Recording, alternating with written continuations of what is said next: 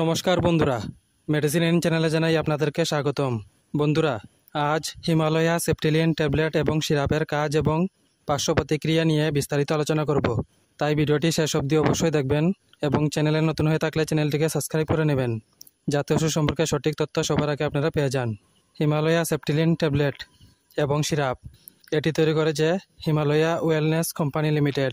এটি যে উপাদান দিয়ে তৈরি করা হয়েছে তা হলো মহারা, সানাদি, গুদুচি, মঞ্জিষ্টা, আমলক্কি, শিগুরু, জ্যৈষ্ঠমধু এবং গুগুলু।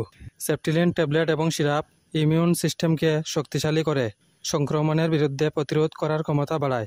এটি ফুসফুস, গলা এবং শ্বাসনালীর সংক্রমণ যেমন টনসিলাইটিস, ফেরিনজাইটিস এবং ব্রঙ্কাইটিসের জন্য ব্যবহৃত হয়।